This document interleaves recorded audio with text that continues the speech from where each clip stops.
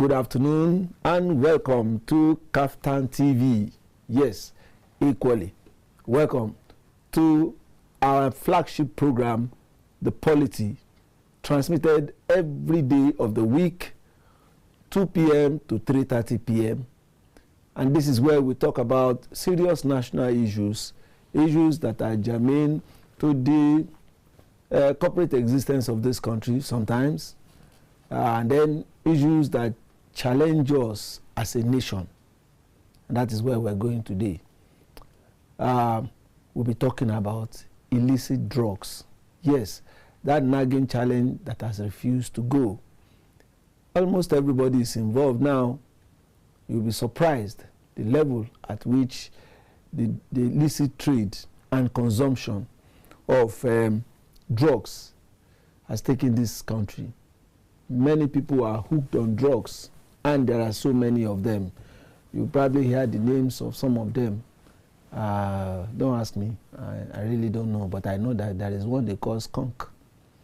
Everybody is hooked, either on tramadol, on cannabis, or even cocaine, those ones that we know that have been there for a very long time. But there are new ones now that are there, and even housewives are hooked on drugs. And then this is a multi-billion naira trade that the high and mighty are involved in it. Where is the fight today? How far have we gone in getting to the root cause of this problem? We talk about arrests, we talk about enforcement, we're going to be talking about rehabilitation, and we're going to be talking about so many other issues.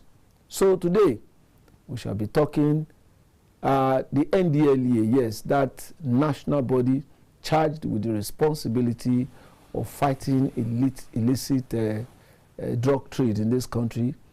And then we have the spokesperson of that agency in the house. He is Mr. Femi, Baba Femi. He is the Director of Media and Advocacy of the National Drug Law Enforcement Agency. Mr. Femi, welcome to this program. Thank you very much. It's my pleasure being here. Yes, he's somebody that I've been trailing for a very long time now.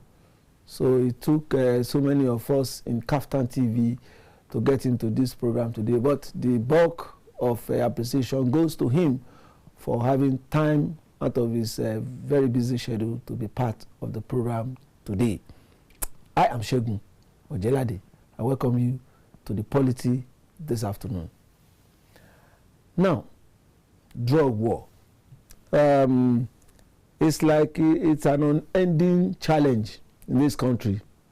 And then from what we are seeing, people are asking, is this fight not too much for the NDLEA? Are you overwhelmed in the NDLEA? No. First, this is not a challenge that is limited to Nigeria alone. It's a global challenge. The problem of drug abuse or trafficking, it's something that is of huge concern to the global community. And that is why there has been, in recent years, a coordinated global response to that. And I'll tell you that in Nigeria, I'll tell you that indeed we're leading the effort not only in West Africa, but in Africa as a result of the things we do, both at the level of law enforcement, that is drug supply reduction, and at the level of drug demand reduction. I will tell you that Nigeria is globally recognized. The effort, the activities of the agency are definitely getting global attention, recognition, and support. So, like I did say, it's a global challenge, but then just like we have other countries responding, Nigeria is equally responding very well and achieving results. We're making progress. Definitely where we were some 5-6 years ago is not where we are today.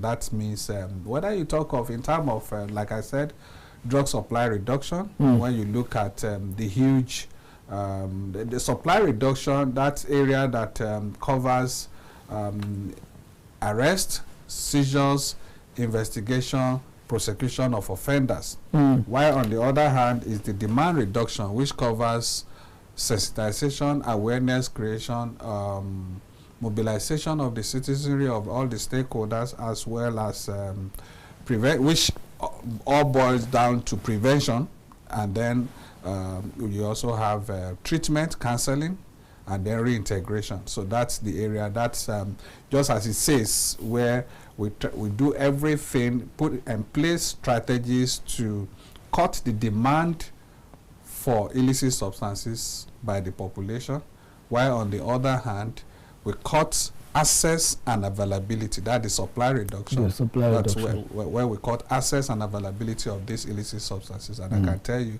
by the time we get to the point where I'll start sharing with you figures, then you agree with me that indeed there have been quite a lot of indeed when the world, when we share information with them, when we share statistics, or in fact virtually everybody in the world, that is the global power, the global powerhouses, they follow, they keep track of what we're doing, and then they indeed appreciate what we're doing, because we're not only protecting, securing our country, we're also helping them to protect their own borders, because for every gram we seize here, we're helping them by disallowing that to get getting into their own jurisdiction. So which will always pose a challenge to them, adding to the burden they are struggling with. So that's why I said that indeed we have global recognition and support for what we're doing.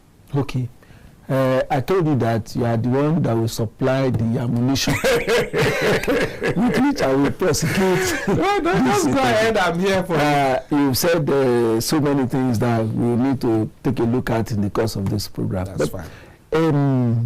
I remember years back, I was younger than this. I think it was in 1988 thereabouts. Somebody was very close to us in the little shop I was managing with my sister at that time. And he said, this young man, I just finished school, said, you this young man, you're looking for a job. I could get you a job. I said, I was so excited. Even my sister was so excited. I said, okay, give me an address, a hotel. I said, I should come and meet him there on a Saturday. Very early Saturday morning, I dressed up and I went there. But as I was about entering the hotel premises, I think my mind, the spirit just told me that, what am I doing here? This man that has invited me, I don't even know his name.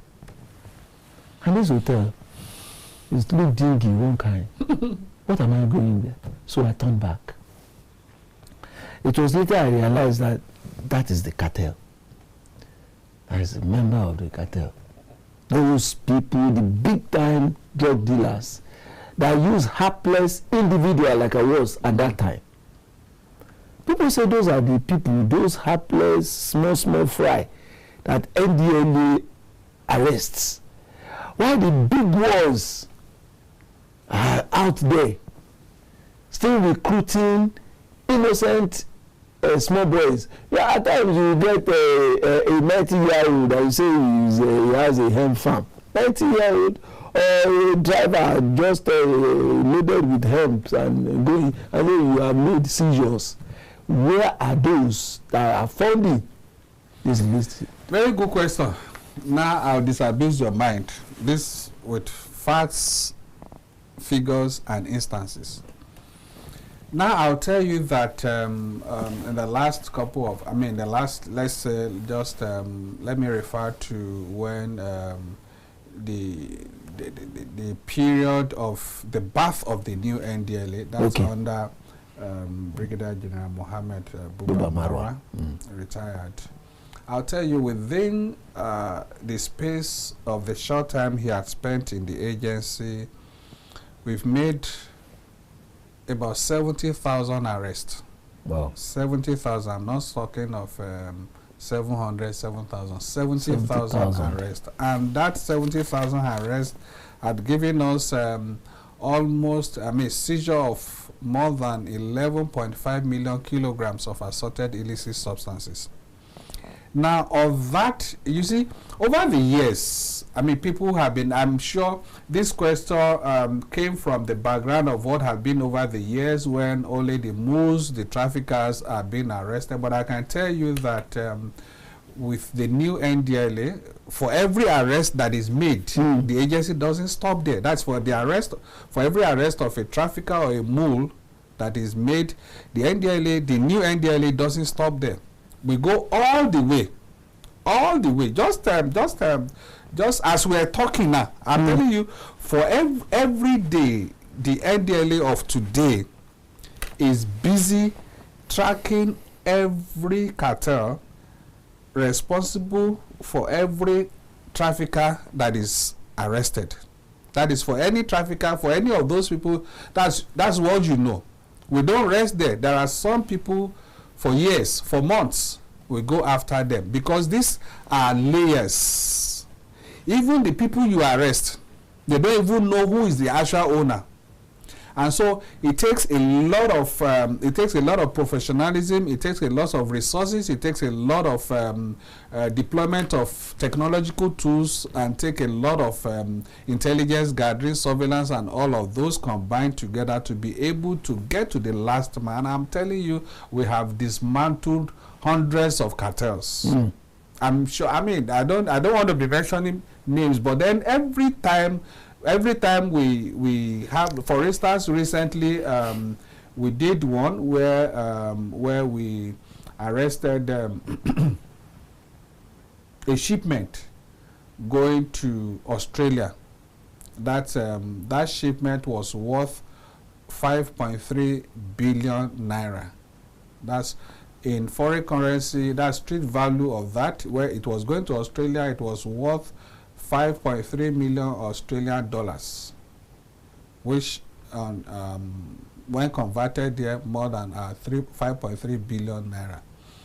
And the only thing we arrested, we seized, was the shipment itself. And then we started working on it. It took a space of 2 weeks to be able to unravel those behind it, and we're able to get them.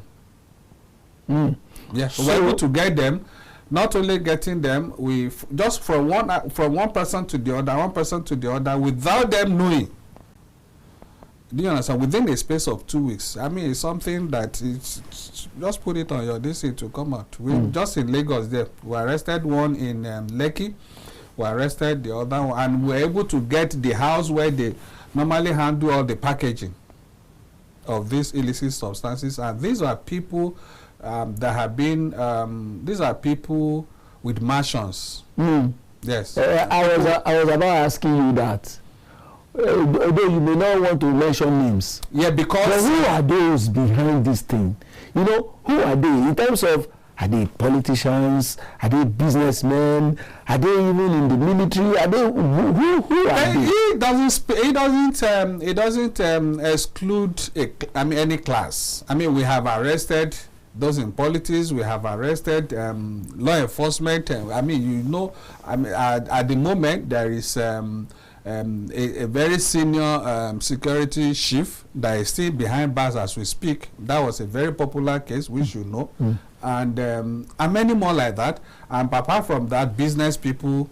But predominantly, if you ask me, I'll tell you that those in business, because these were actually people that have things in place that ordinary people out there will believe, okay, these are business, they're new business people. But beneath, there are other things. And that's exactly what we are unraveling, and we're going after them. And the way we handle this, we don't just make seizures. You see, we're inflicting serious and heavy losses on them, damages on them.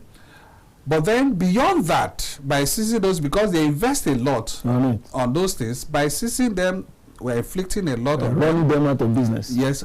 But beyond that, we also know that even if you arrest them, send them to jail, they don't mind. They can cool off for 5 years, 10 years, as long as their bank accounts and their assets are intact. So one of the things we have also done to strengthen our deterrence regime is first seize those consignments, arrest them, prosecute them, send them to jail, then go after all their assets. Because the incentive, the only thing they are desperate, they are doing everything to do all of these things is because of the money they generate, because of the proceeds, because of the money they make. They want to live large, they want to buy houses everywhere, they want to ride big cars and all of those things, live large. So we go after all of those things and deny them the benefits of the process of crime. So meaning that we are gradually crippling them. It's not a 100-meter race. It's a long race, because even the big countries, I'm sure if you follow development in America, you see every day with all they are doing, you see the drug thing is like a monster. You cut off one head, then two grows. That's the way the drug thing globally. So it's not as if yes, we are doing well now, but it's not as if that will bring everything to a halt suddenly. No. Okay. You still have to be seen. For instance, in the last 24 hours, I'm telling you, we've made huge, I've counted, because we get reports of, like, within 3 hours of any arrest, we get reports at the headquarters of how things are going, blah, blah, blah. And I'll be following trends across our various formations and commands. Okay. And within the last 24 hours, I can tell you there have been 3 major heavy arrests and seizures.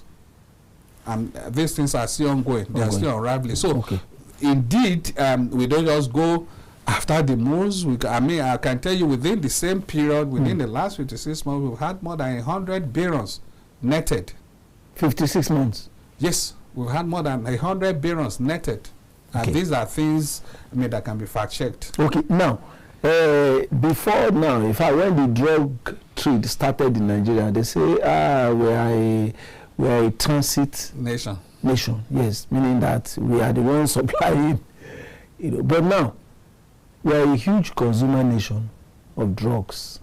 And like we said earlier, almost all the strata of society is in drugs, to the extent that they are even saying that before a politician contests an election, go and check his system whether he is on drugs. It's so bad. And then again, like I said earlier, women, and even up to the primary school level, they are playing with dangerous drugs. How did we get there? Yeah, quite. I'll tell you that, you see, the country never really appreciated the enormity of this problem until 2018, when the report of the National Drug Use Survey conducted in the country by the National Bureau of Statistics, along with other stakeholders, supported by the United Nations Office on Drugs and Crime, UNODC, and funded by the European Union.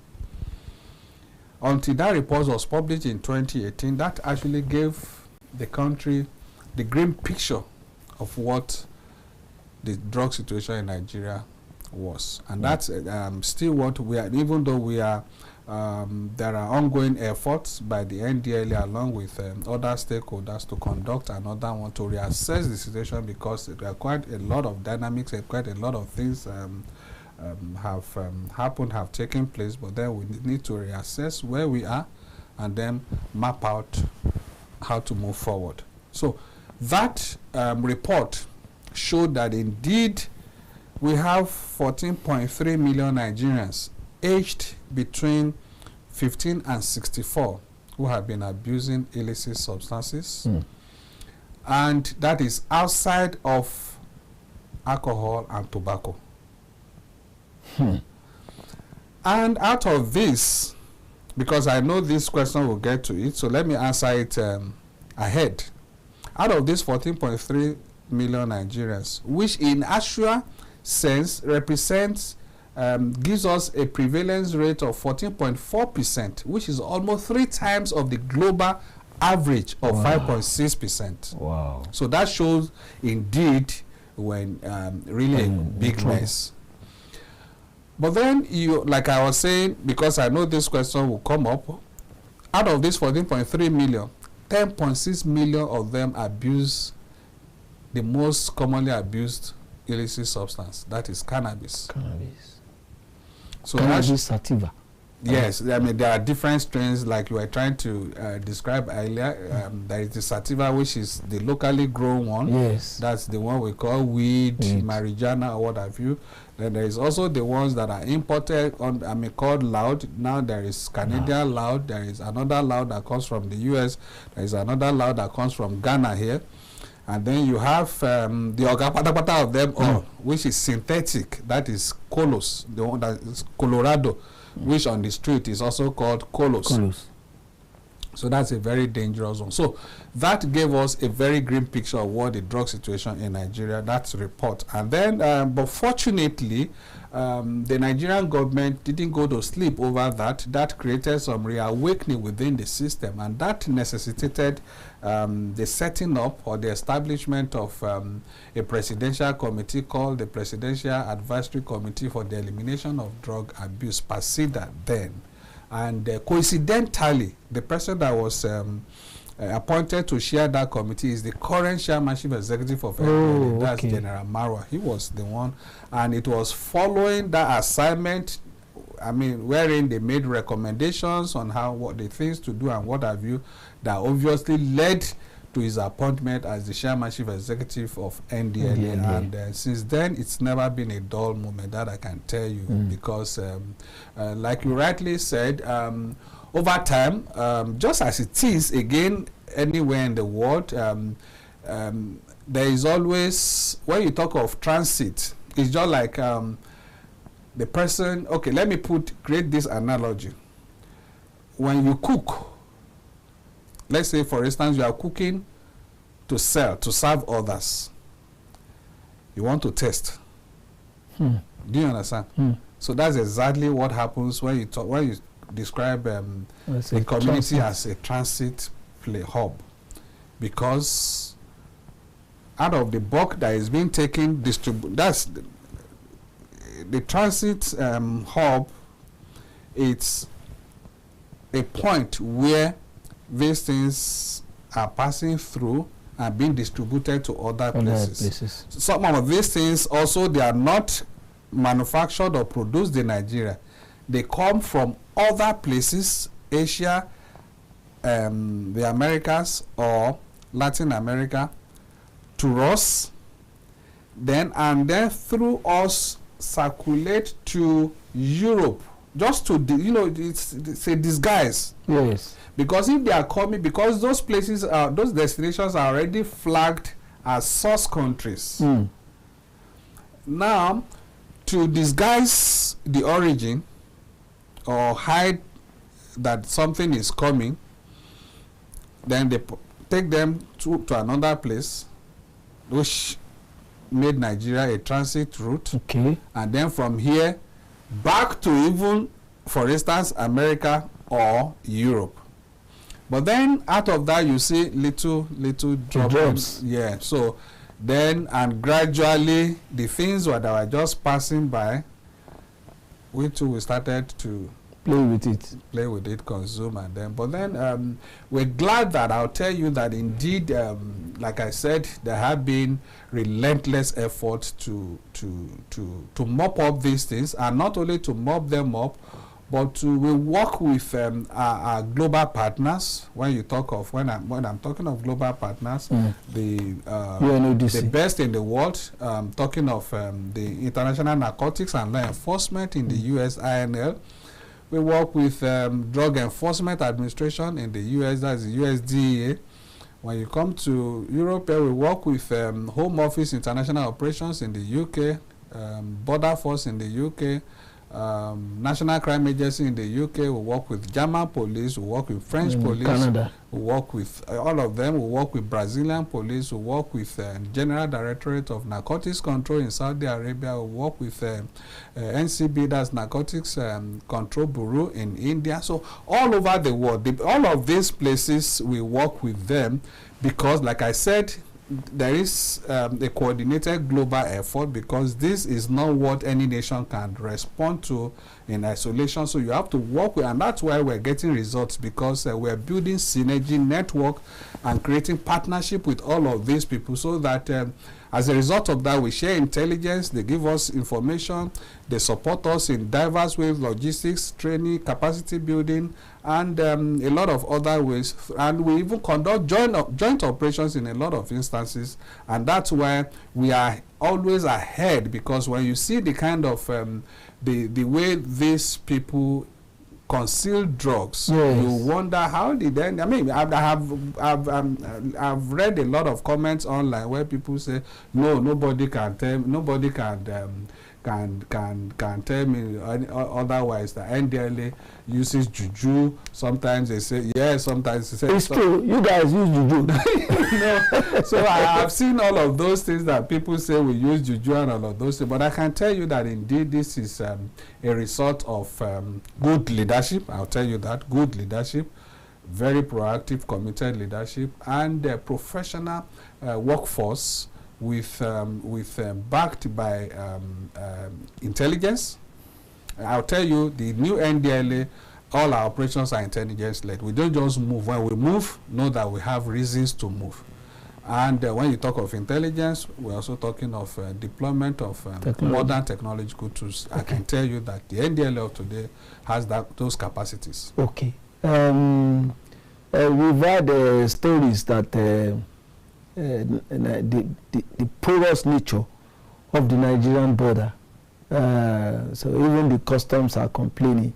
The soldiers, I mean the military that are prosecuting the war against terror, they are equally complaining because of the vast nature of the Nigerian borders. Yes. Routes that are not mapped, that ungoverned spaces. Ungoverned spaces. Now, where are your men in terms of coverage of these vast, because I see them on the road pursuing, not pursue now, delaying hapless travelers. Mm-hmm. There are occasions that they stopped my vehicle, I mean the bus in which I'm traveling, and before you know it, they start freezing our bags and all. They are very necessary, I'll tell you that, very necessary. Sometimes, definitely we are empowered by law to do all of those stop and search, checkpoints, all of those things, because we have seen as a result of that, we have made seizures in the most unexpected places. Sometimes we make recovery from tires, some from engine, yes, some from what we call false compartments. That is, they create different compartment, the compartment different from what was manufactured with the vehicle, so just to conceal and hide these things. So all of those things we have made on those through those, and that's why we encourage the people that please bear with us. It's also in their interest, it's for their safety, because if we don't make those seizures, just a little 5-10 minutes inconvenience could save your life, or even the life of your family members, your friends and relatives. So because if we don't do that, you never can tell, that drug that is being transported through that vehicle could be consumed by somebody who will take you on your trip back, and then the person, because he's on drugs, he loses his mind and the unfortunate happens. So that's why we always encourage the people, please, the boys standing under the sun, under the rain, they are human beings. They would have also loved to be in their office waiting for report, but don't know. We have to, they're morning, afternoon, night in the code every time. So that is in the interest of the public, that I can tell you, and quite a lot of results are coming out from such operations. Okay, we've seen reports, even by international media, coming to our shores here, even our Abuja, this is our federal capital, to do reports. And they mention some areas in Abuja that are black spots. And you see those youths, you see them, you know that this one is hooked on something. It is the type of drug that we do not know that is hooked on. So there are black spots in Abuja where people take these illicit drugs, where they sell it. Of course, they are often raided. That I can tell you. As we speak, we have information from some areas in Lugbe, and I'll tell you, we have just yesterday that we have information of some happenings there, and those information, those details were passed to our FCT command for targeting, and they've raided the place twice in the last 3 weeks. And just day before yesterday, we had update from those locations again. That so you see, these people they move. They are not in one. As you are removing a set, another set is coming there. You see, that's why we balance our operations. Demand reduction and supply reduction. We create a fair parity, so that, because you see those locations, the people coming there to come and sell drugs, is because they know that people here use drugs. They will find market for it. So which takes us back to the home front. The people coming out from those estates, from those locations, they don't drop from the sky. They are from homes. So which takes us back to the root of these problems. And I'll tell you, number one that I'll tell you is the family. When the foundation is weak, when the foundation is not strong, when there is a problem at that level, that is when you have kids, people coming out, raised from those families, pouring onto the streets, looking for drugs to buy, and when they take the drugs, the next thing is crime. So you can see the chain, the interconnectivity. So that's why in our advocacy efforts, we always emphasize that parents, guardians, you have a responsibility. Don't just fold your hands and think yours is to bring kids to the world and leave the kids in the hands of God. Yes, God oversees everything, but then you have a responsibility. So that's why we advocate intentional parenting, for parents to live, to be in the lives of their kids. Take responsibility. Intentional parenting. So that you won't produce kids that are always out there looking for drugs to consume. So when you address the demand reduction side, which is why which is the whole essence of our war against drug abuse, WADA social advocacy initiative, going to schools, going to families, communities, worship centers, workplaces, motor parks, markets, talking to people. Not doing it alone, but working with others, non-governmental organizations, civil society organizations, faith-based organizations, community-based organizations, to ramp up sensitization, to talk to people, so that everybody can know something, have the facts, have information about the dangers of substance abuse. And then you don't just keep the information, you share with the next person. And so we spread it like that, spreading it like that, meaning that we're saving lives. Because if we don't do that, then you allow for the grooming of a community or a generation of drug users. Yes, if there is no demand, there won't be supply. So that is that. But I can tell you that indeed, just as we are sensitizing, and for our end, we are like a complete package. apart from the sensitization, for those that are already in use, because quite a lot of we're going to touch on that. But you mentioned the issue of society. Yes. And people will tell you that because we are ascribed every challenge that we have in the country to it is poverty. It is poverty. You know, it's because government are not doing well. That's why shifting responsibilities. Shifting responsibilities. But now you have mentioned the issue of the parents, the society, the church, the mosques, and all of them. But don't you see an opening there where poverty too can contribute? Absolutely. It's actually number one. That I'll tell you. It's number one factor, predisposing factor. Because you are here, you are at work. I'm here, I'm at work. We're both busy trying to enlighten the people, trying to sensitize the people, trying to share information. You won't have the time to start thinking about going to one junk or one bunk to go and take drugs. That won't come to your mind. So like it's the cliche, the devil finds work for the idle hand. Yeah. So that is one. Like the issue of poverty. Okay, let me just run through some of these factors. Poverty, that's key, because when people don't have jobs, when people are or they are even when they have jobs, they are underemployed. You know, it's one thing to have a job, it's another thing to be underemployed. Yeah. Then they start looking for,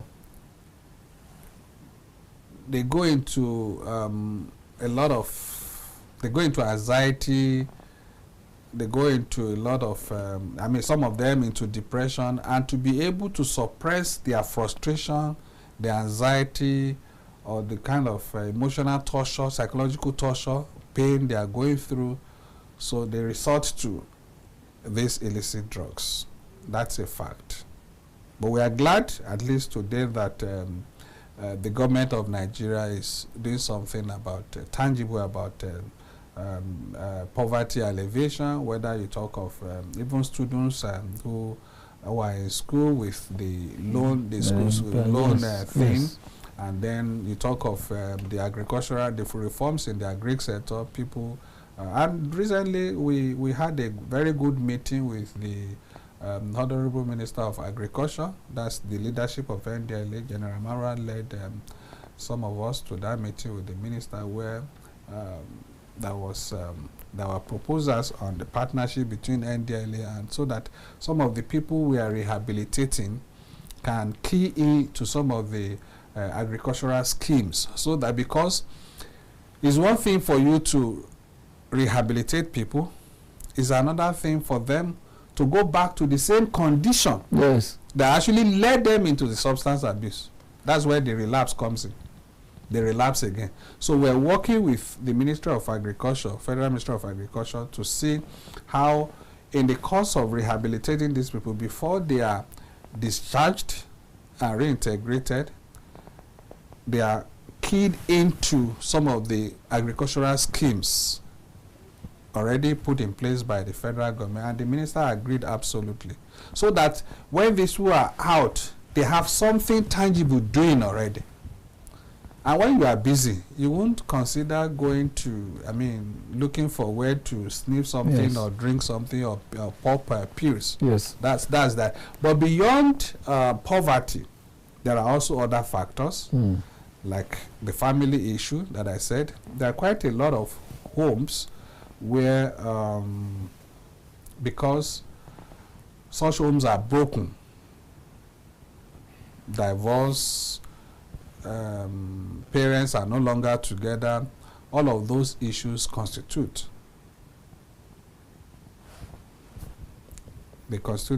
predisposing factors. And beyond that, you also see some homes where one or both parents are themselves on drugs. Hooked on drugs. Yes.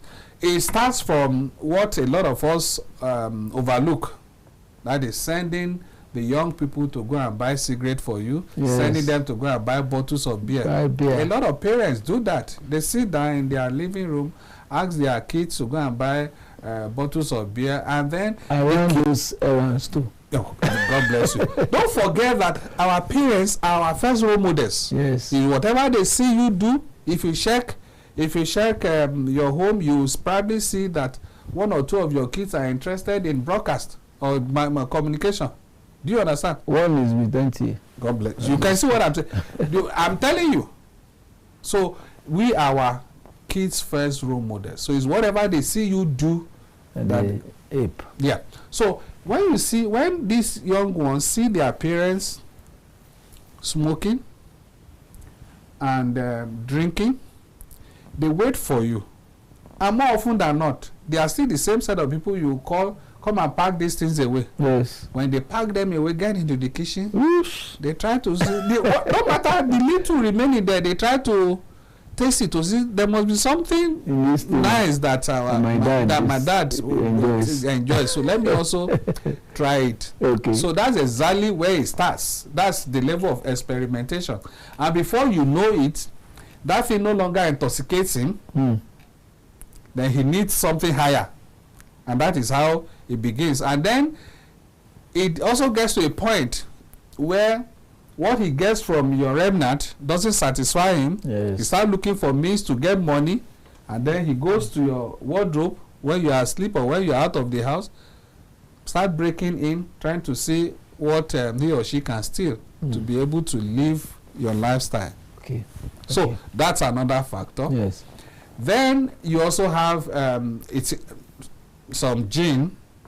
Do you understand? When you have when you have families where parents drunkards, the likelihood is very high for their offspring. And then there are medical conditions.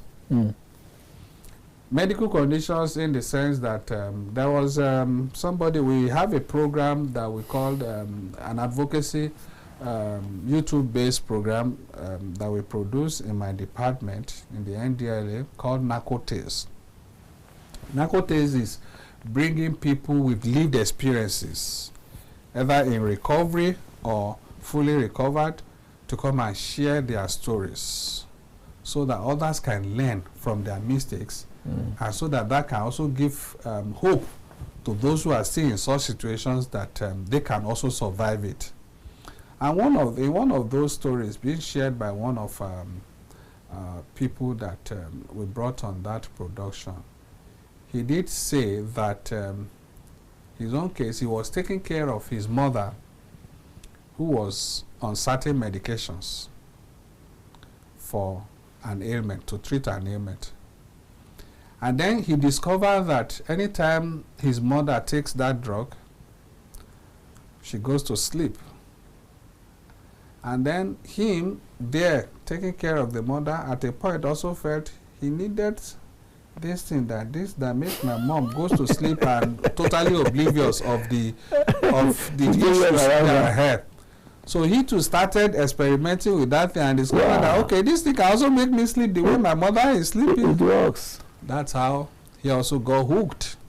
So certain medical conditions, and then there are some people also, even the people who are using the drugs themselves, over time, even when they have been relieved of the condition that warranted the use of that, because of certain feelings they get from it, they stick to it against medical advice. Okay. So that's another factor. So we can go on and on. Yes.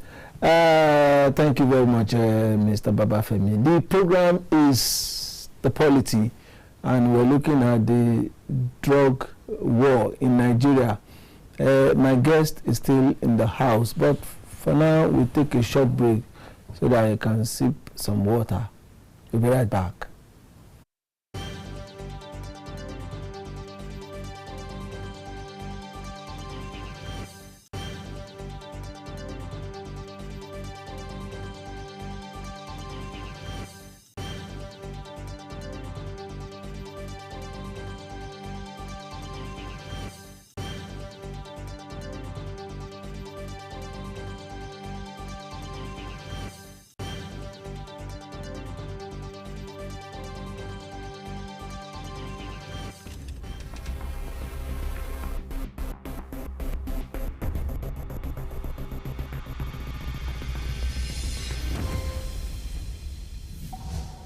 In the beginning, God created a beautiful world.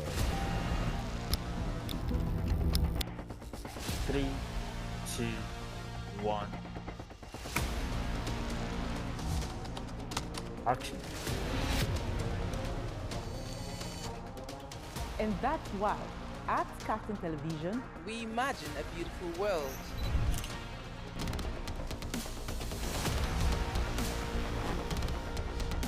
We are not just bragging. We blaze the trail in broadcasting. And it is about you. At KAFTAN TV, broadcasting is not just about information, education, and entertainment. it's an aggregation of all you need to know in Nigeria.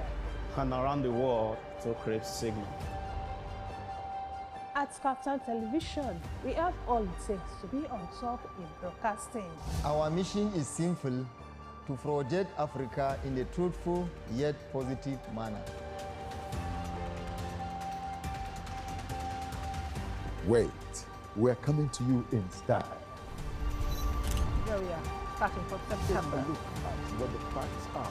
And as you say on KAFTAN TV, imagine a beautiful world.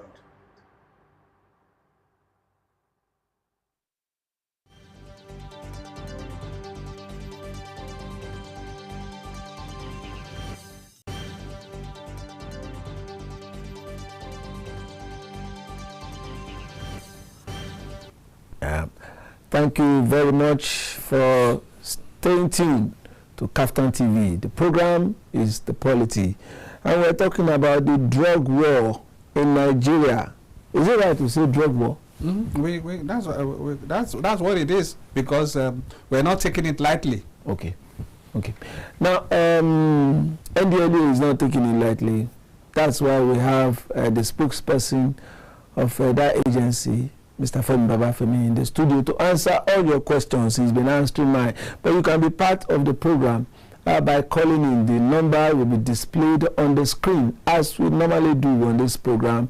Please call in to ask him 1 or 2 questions, or even to contribute to the discussion. The solution may not necessarily lie with any of us in the studio. It may be out there. So please feel free to call into this program.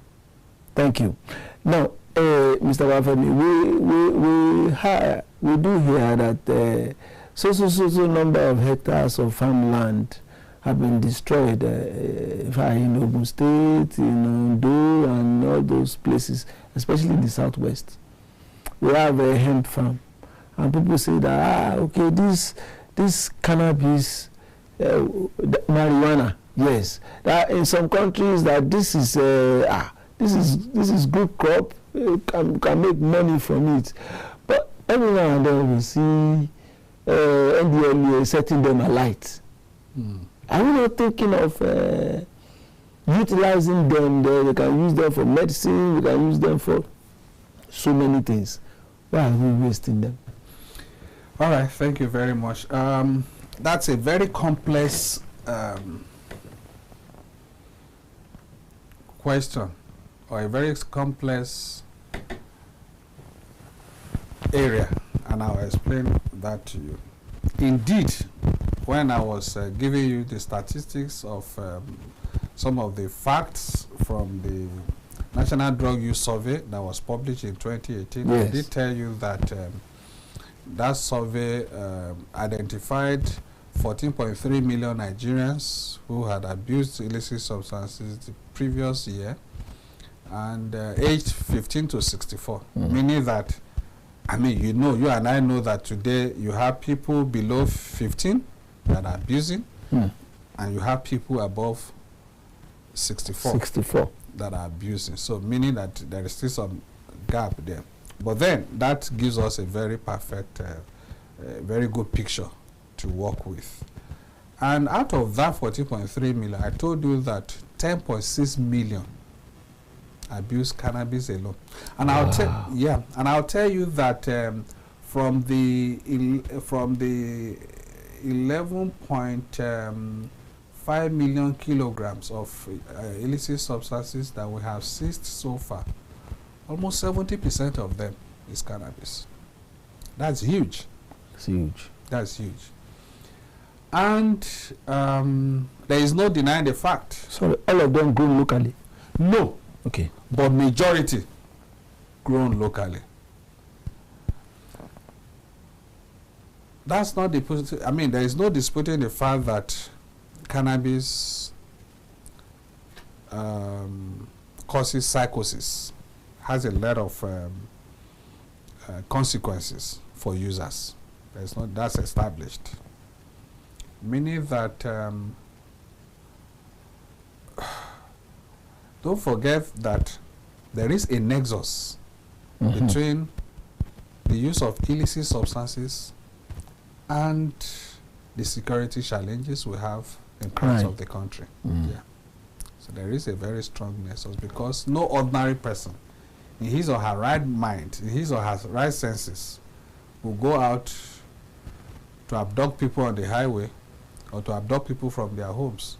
They do these things after they have abused illicit substances or after they have taken mind-altering substances, because these things alter their minds, alter their mental balance.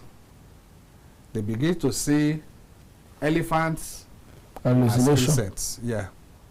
So that gives them the false courage to go out and do things that are inhuman, that are bestial. So if we are in that situation, and don't forget again that when you talk of care, we still have a very huge gap. That's caring for people who are suffering from mental health challenges, who are suffering from drug use disorder.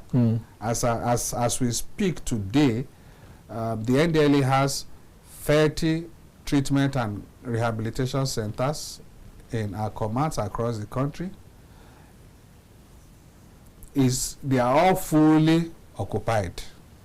We are, even by the grace of God, with the support of President Tinubu, will be adding another 7 before the end of this year, so that every state can have one. That's different from the tertiary institutions like Arrow in Abeokuta, Yaba left, that's the psychiatry, the one in Kaduna, in Zoka, in Zaria, Kaduna, the one in Maiduguri, all of those stuff. That's different from those major ones. And there are private ones. And there are, I mean, we work with a number of them. So we still have, despite all of those, majority still can't assess those things. And that's one of the things that led the Ndlea to set up a call center where people work, our experts work 24/7 to also provide psychosocial support services for people online. Okay. We have our call center there. We have counselors, clinical psychologists, psychotherapists, and psychiatric doctors who work 24/7 every day of the week, round the clock. They are on shifts.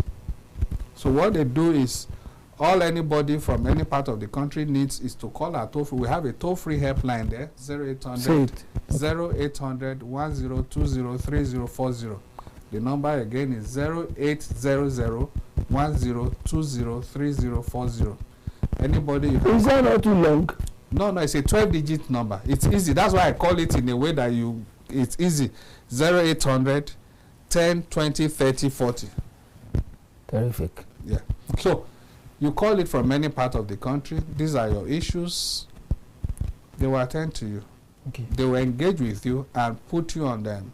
Okay. On what you call teletherapy. My question. Yes. And this has been done in a way, set up in a way that is not just for people in the cities, for people in the communities at the local levels. Why? Because we know that some of these people may not be able to speak English and Pidgin. What we have done is to ensure that the service also is can access it. Yeah, through any of the 3 major Nigerian languages outside Yoruba, Igbo. Okay. Good afternoon. Welcome to KAFTAN TV. Your name and where you're calling from. Good afternoon. Good afternoon, sir. my question is that when is the NDA going to start their recruitment? Okay, Mr. Bawafemi has heard you. He's going to answer now. Okay, maybe you should quickly answer that before. Yes, I'm glad. Let me tell you something, because we have discovered that because of the great work that the agency has been doing, quite a lot of our young people have been showing interest. And as of 2021, this agency was roughly around 4,000 staff strength. And courtesy of presidential support and the leadership of the current leadership of the agency, we've been able to add 10,000 after that to this. Now. Yes, and we still have some extra mile to go, and I'm sure we're in the process. We're looking forward to rounding that figure up very soon by the grace of God, hopefully before the end of the year. Okay. I can't say precisely, but I'm aware that there are processes on to be able to beef that up by the grace of God. My question, because we have much to still cover. My question: why are we burning weeds? Okay. Yes, we were on that. I think we were on that before. Yes. We deviated. Yes. Like I was trying to actually create a context for you to know that this is actually not something very good for our environment. In our situation now, there might be, we may not be able to say tomorrow. There may be different strategies, different strategies that will be put in place. Maybe something like creating a particular zone where only medical marijuana will be grown and then exported, but not for local consumption. Because a lot of other places that have made that, the problem is not even about this medical consumption, it's about the recreational. Okay. Yes, that's where the problem is. And a lot of people that had made that mistake, a lot of countries, they are reversing. They are turning back. Yeah. In Canada, in the US, a lot of states in the US had done that, and now they are reversing. And I think of recent, again, a number of countries in Europe. And then as we speak, Ghana also did that, and they are contending with, not only that Ghana is contending with the repercussion of that, we are contending with it in Nigeria, because that's where the issue of Ghana Loud, they come, they try to flood Lagos with that. They come on the waterway, but fortunately, the agency has been able to get re-energize, create a marine command where we have officers on the waterways working with other maritime stakeholders to ensure that we block, we intercept all of these things, arrest them, assist them. Quite a lot of people, seizures have been made in that regard. So there is a great repercussion. Yeah, and that I can tell you. That I can tell you, because that's the most commonly abused. And then beyond that, our peculiar situation today does not give us that liberty to want to toy with that. Like I did say also, that does not foreclose the possibility that in the nearest future there could be this possibility of creating a zone for where like what you have what's it called export zone, like creating a zone where it's only done there for medical for export, not for local consumption. And it's only one place, not something like you were mentioning when you were talking about where cannabis is being grown in Nigeria. You were mentioning South, now it's all over the country. Wow. Taraba, Adamawa, Kano, Kaduna, South, Cross River, all of those places, Southeast. So it's not something just limited to, as people used to know, especially our Ondo and Edo. No, but now it's everywhere. Everywhere. Okay. I know that rehabilitation of drug abusers is not easy. The way you mentioned it, that you have rehabilitation centers in these places, you are even trying to add more. I know that rehabilitation of drug abusers is painstakingly slow and humongously expensive. Now you got it. So that's why prevention. Like I often tell people, treatment, that's rehabilitation. It's not a walk in the park. You just walk into a park and then walk out. You may know when you are at the point you are going in, but you can't tell when you ever come out of it. Most people don't. They live with it lifelong. Most, that I can tell you. And then, so that's why and I'll tell you that we place emphasis on a lot of sensitization and providing support to people that are having these issues. And I'll tell you that in the last 56 months, we've had more than 11,912 sensitization programs in schools, worship places, churches, mosques, palaces of traditional rulers, workplaces, markets, and motor parks, everywhere, communities, rural communities, all of these things, we have had that number. And then, in our treatment centers, the 30 treatment centers we've had 28,012 persons treated. 28,000. That's huge. That's huge. So, indeed, we're trying as much as possible to see that. But then, even with that number, we still have. That's why we have to create a virtual system where people can still be attended to. And, my brother, averagely, in a place like Abuja today, treatment in a standard rehab will cost you 1 million, 1.5, 2 million per month. Per month? Yeah. How long will rehabilitation last? Standard 6 months. Wow. And there are people that have been in and out 10 times. I don't want to be giving people's examples because they may be, some of them may watch this even without mentioning their names. The moment they watch, they will know is their shares. So we keep these things so that people are not castigated traumatized. or No, traumatized. Okay. Because it's not what people go through. You wouldn't want to see your enemies go through it. And unfortunately, because of the fear of being judged or stigma, most people cannot come out to share their experiences.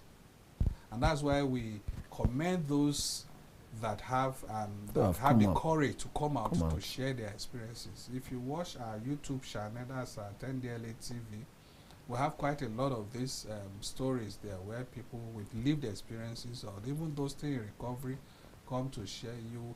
There are people that have done horrible and terrible things under the influence of drugs. So you wouldn't want to see that. And you see, don't forget that for any individual who is in dependence or suffering addiction, he's not the only one suffering it. The entire family. Yes. Yes. Because I've just told you what it costs in an average standard rehab a month. How many families can afford that? That I know of families that have been wrecked because of this. There are some people that have 2-3 kids. There are some families that have 2-3 kids battling with it. How would they? So, meaning that, the chairman of Ndlea, General Mama, had given this example, in a lot of public fora, that in a lot of cases, in a number of times,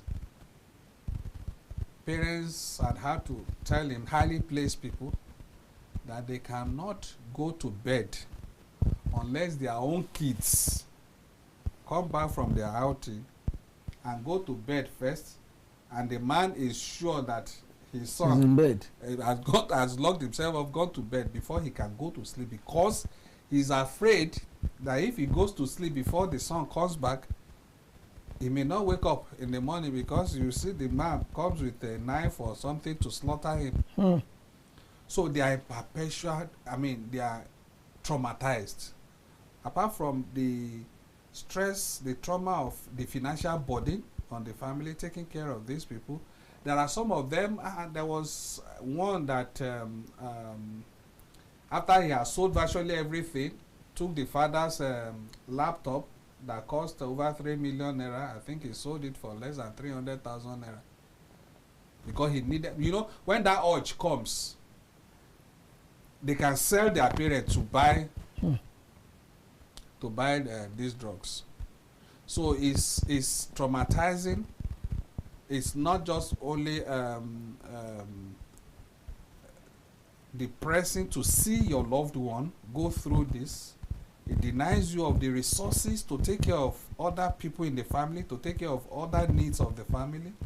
But the fact that you are even in perpetual fear, that because you hear stories of people, again,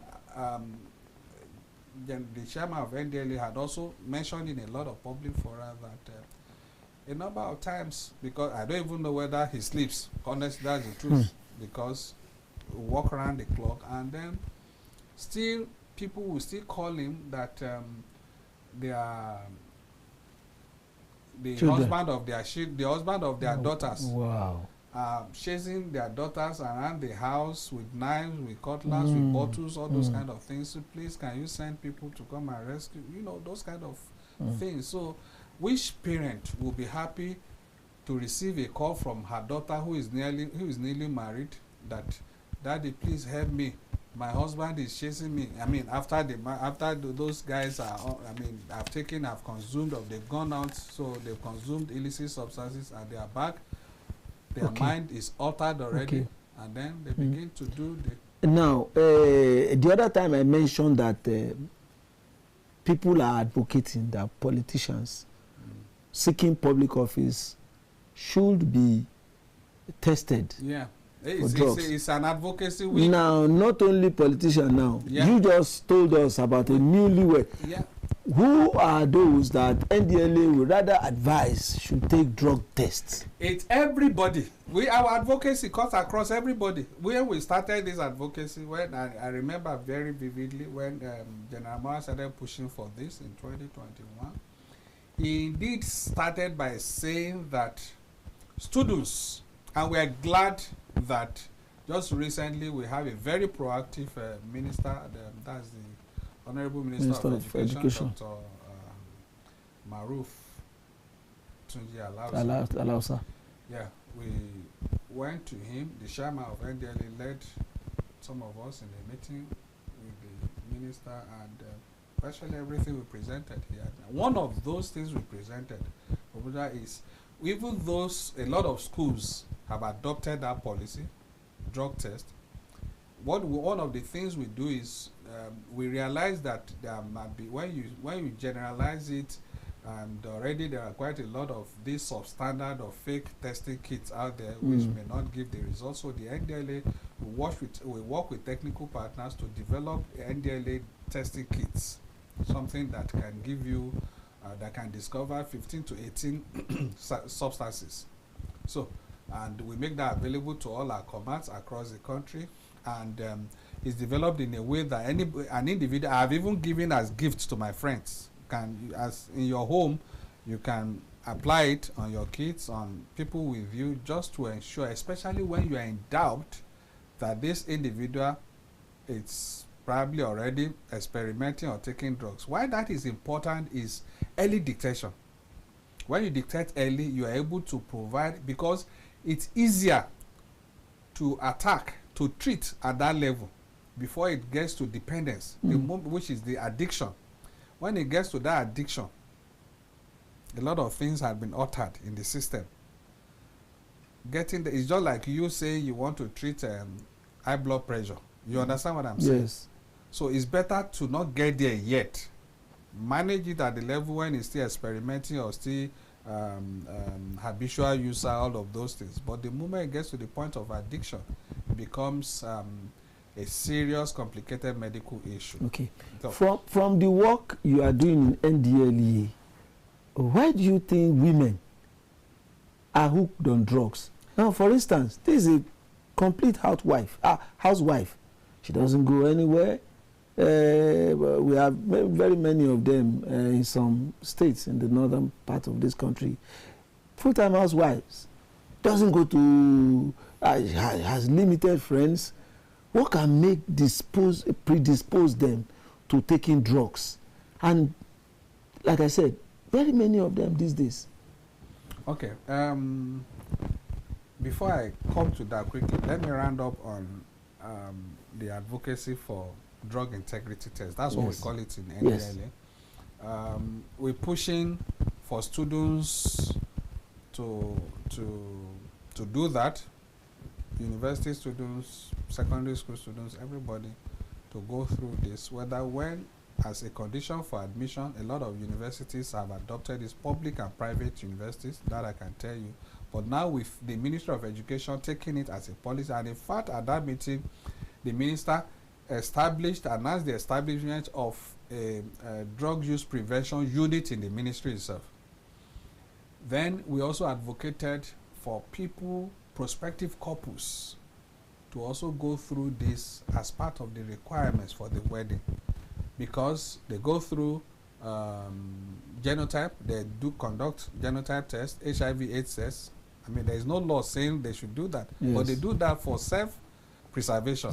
So nothing stops them from also conducting, and we are also glad that quite a lot of faith-based institutions, and some traditional institutions are already also following this as part of requirement for to conduct wedding.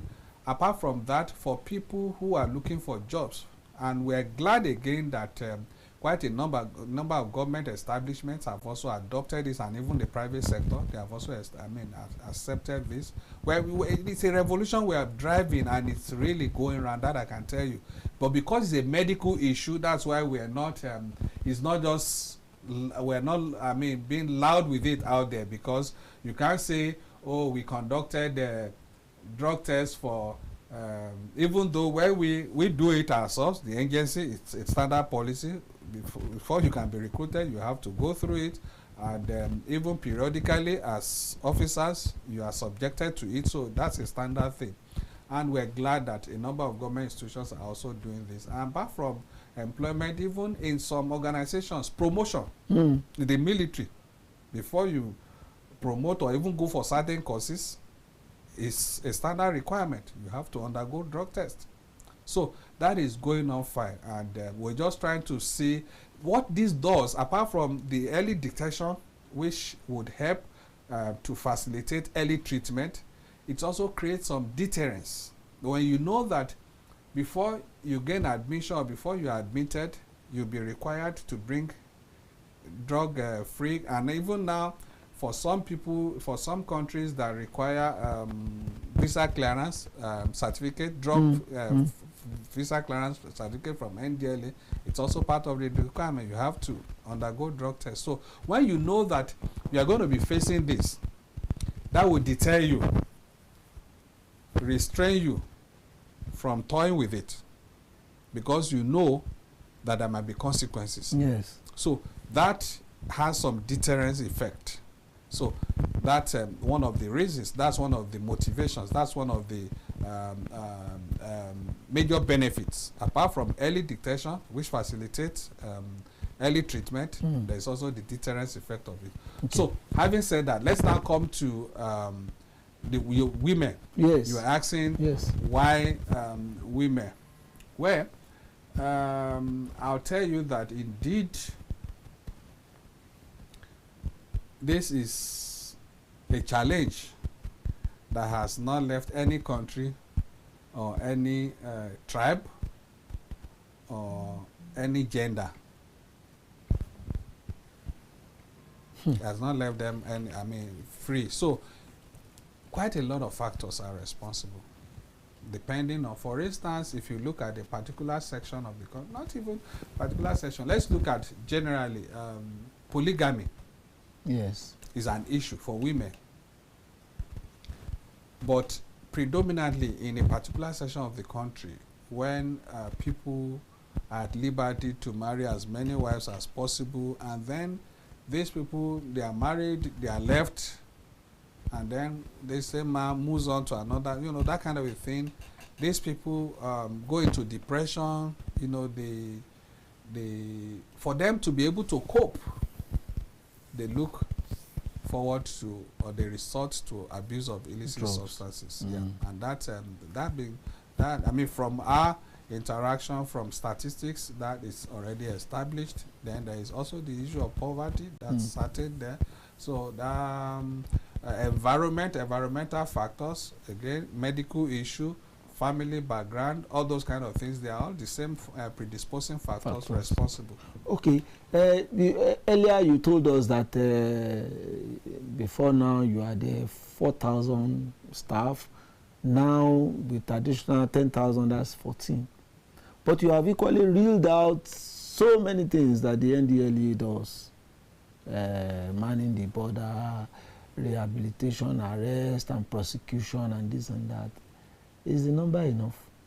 You know, the question that's why I told you again when somebody called in to ask that I said we have there are plans definitely to beef up, because we have an existing approval for that. We just need to reactivate that process and see get the federal government's nod to go ahead with that process. But I'm aware that something like that to beef up what we have, because our own in a number of countries, our counterparts there only face one leg of the work, one wing of the work. But here we combine everything. So meaning that we have need of more manpower. Like I said, predominantly we are on two major pillars. That's drug demand reduction and drug supply reduction. It's different from some other areas, but these are the two major pillars.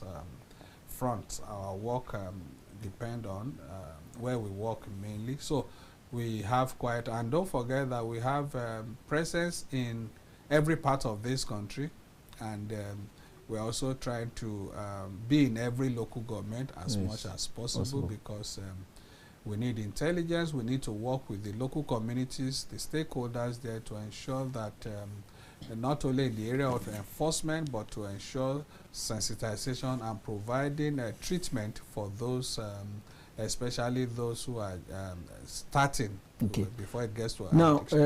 Because of our time now, we are running seriously. Now you are not remembering because of time. After 1 hour, we see the way I'm looking at my watch, the clock on my phone. We still have because I have lots of calls coming in from my office already. What I should have done before we started this program was to seize your phone and put it somewhere. Now, because of our time, like I said, there are agencies of government that will say, we arrested somebody, instead of us to prosecute him. We got a call from a higher quarters and they said, let him go. That we don't have. Your hands are tied. We are very, I can tell you, because this is a major problem. And I'll tell you that the highest authority in Nigeria is President Bola Tinubu, and he's well seized about this issue. He gives us absolute 100% control, absolute 100% support. That I can tell you. Just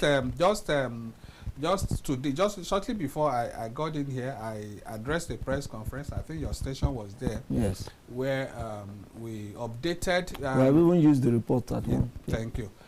Where we updated the Nigerian public about the sources of our interventions over the arrest of some 3 Nigerian pilgrims in Saudi Arabia. And I mean, like we did say in that statement at the press conference, that the biggest support came from the president himself. Do you understand? So indeed, I have not seen anywhere, and if you look at the caliber of people involved. I mean, you look at the caliber of even the chairman chief executive of NDLA, you will know that he's not, I mean, it's an accomplished person. So it's not somebody that you expect pressures from here to, no. He's very, for him, following the law. But then he has utmost support from the president, from our legislative arm, that's the National Assembly, absolute, good support from there, and again from the Honorable Attorney General and Minister of Justice, that's under the Ministry of Justice, where we, the agency, it's under the supervision of that ministry. We have absolute support all around, and then more importantly, the populace. I mean, now we have quite the level of awareness about the problem of drugs in Nigeria now is very high, as against what used to be some 5-6 years ago. Do you understand? Meaning that the kind of thing we are doing is creating that awareness, and then the people are seeing results, and then you now know that, okay, I got to support this, because if I don't know what will happen tomorrow. You don't have to wait till the trouble knocks on your door. Okay. In Nigeria today, we value, like you have mentioned earlier, wealth, money, quick money. There is the Yahoo business that people are doing. There is this drug that our youths are going into. Are you getting support? You mentioned that you are getting support from outside your sister organization locally. Are there groups that are working with you to ensure that our children are sensitized enough? And in what areas do you have these people? Absolutely, we have like I said before again, apart from us working with sister security agencies, we work with other ministries, departments, and agencies of government. Under, we have a body called the Interministerial Committee, which is shared by the Chairman Chief Executive of NDLA. All relevant ministries, departments, and agencies work under that. Don't forget that what we're doing, the nation has a policy document for the fight against drug abuse and illicit drug trafficking, called the National Drug Control Master Plan. The master plan we're implementing at the moment will expire. It was 2021 to 2025. We're working, that's NDCMP, National Drug Control Master Plan 2021 to 2025. It will expire at the end of this year, and we're already in the process of producing the one for 2026 to 2030. That I can tell you. So all of this, this stipulates the responsibility of all the relevant stakeholders, including those in government. And what our approach is, a whole of society approach. Everybody. A whole of government approach, a whole of society approach. Nobody is left. What we are doing now in the last 1.5 hours, that's a whole lot. That's a fact. I think this is probably the longest interview I will ever I know I've done 1 hour, but 1.5 hours, this is, KAFTAN is giving me the longest. You see, my last question, because you have complete now, so it's going to be my last question. But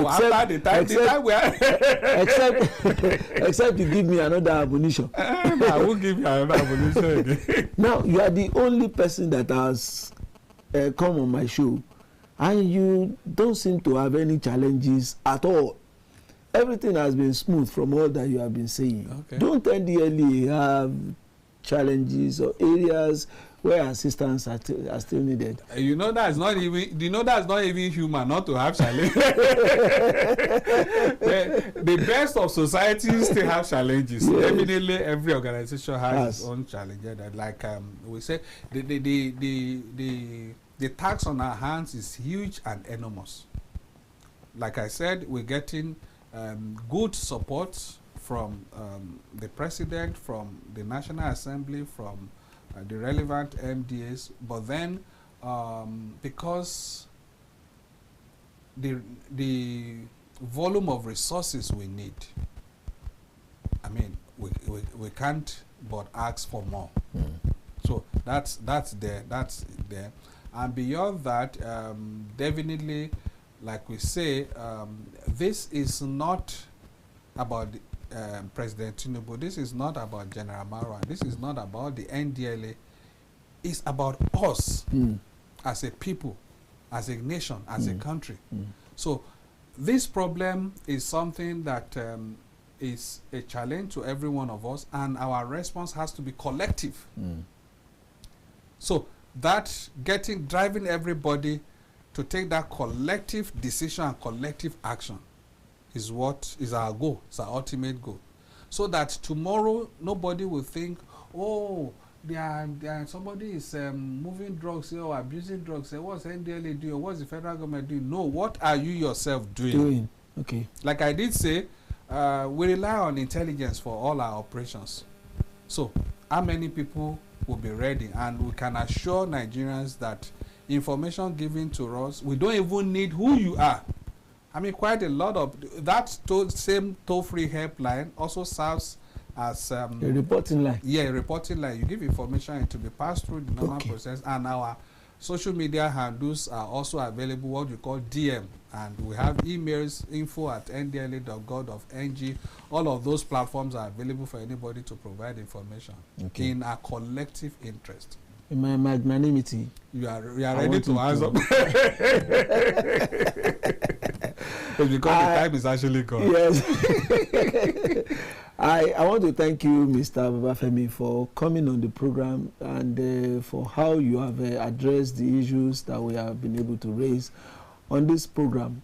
We wish you very best of luck. We know you're a very busy man. Thank you. And our regards to the Chief Executive Officer of the agency, General Marwa. I definitely know he will watch this. Okay. If not live, he will watch the recorded version of it. Okay. That's on your the streaming platform. Yes. Well, this is where we call it a date on the program this afternoon. Polity, it continues. We'll come your way tomorrow at 2 p.m. with another edition, with another presenter and other guests. My name is Shogun Ojelade. Join me in the evening at 8 p.m. for Matters Arising.